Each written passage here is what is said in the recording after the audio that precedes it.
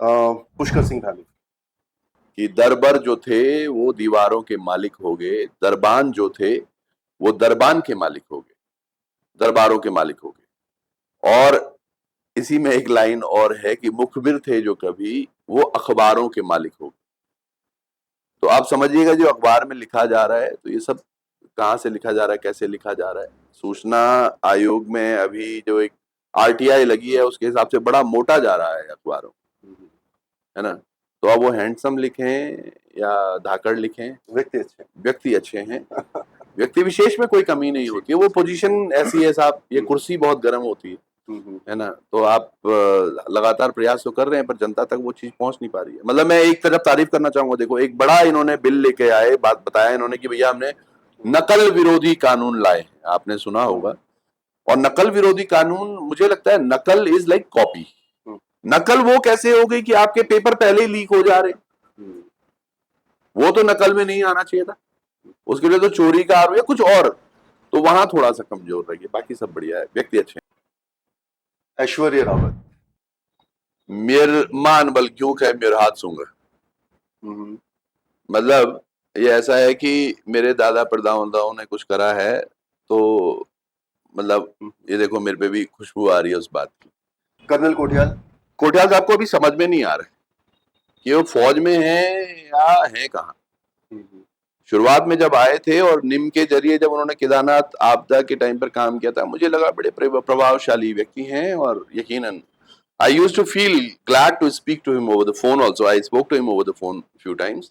तो मुझे लगा यार वाकई कर्नल साहब। बट फिर मैंने देखा आम आदमी पार्टी में जाना, एक वो चेहरा जो कि मुख्यमंत्री के लिए प्रकाशित हो रहा है। और अगले दिन मैं देख रहा था पिछली बार दिवाली के टाइम पे महेंद्र भट्ट साहब ने एक पार्टी की थी, तो उस दिन स्वागत में कर्नल कोठियाल लगे हुए थे। मनोज रावत जी को आप कितना भोला मानते हैं? मनोज रावत जी को भोला कहाँ बोला मैंने साहब। अगर वो जनता के लिए कुछ कर पाते ना तो आज शायद उनको अपनी टिकट बहुत कंफर्म दिख जाती है। कुलदीप रावत जी अच्छी प्रॉपर्टीज बेचते हैं, खरीदते भी हैं। हम एक तरफ मूल निवास भू कानून की बात कर रहे हैं, बाकी आप समझदार हैं। तो मैं चाहता हूं कि हमारे पहाड़ों पर वो जमीनें बची रहें। अब जो व्यक्ति, अब ये मैंने भी सुना है 5 करोड़ मेरा पहला इलेक्शन का खर्चा हो गया जी, 4 करोड़ दूसरे इलेक्शन का हो गया, अब की बार मौका मिले तो 5 और लगा दूंगा। तो 5 और 5 10 और 4 14 करोड़ रुपए कोई व्यक्ति लगा दे, वो जनता का कहाँ से सोचेगा साहब।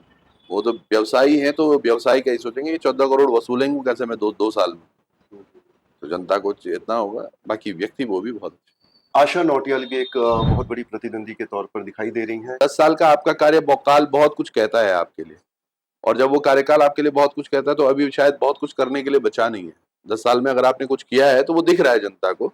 जनता क्यों चाहेगी कि 5 साल और आपको दिए जाएं कि आप और कुछ काम करें। त्रिभुवन चौहान जनता का सेवक, पत्रकार या नेता? पत्रकार बना नेता वैसा। मतलब मेरा मन था कि ये माइक लेके ना मैं विधानसभा के अंदर भी जाऊं, और अगर वो गेट पर रोक लेते हैं तो मैं विधानसभा के अंदर वाले माइक को इस्तेमाल करूं ऐसे ही माइक के जरिए कि भई मैं अभी भी वही प्रश्न पूछ रहा हूं। वहां पे कम से कम वो लोग होने सुनने वाले जो कुछ परिवर्तन कर सकते हैं।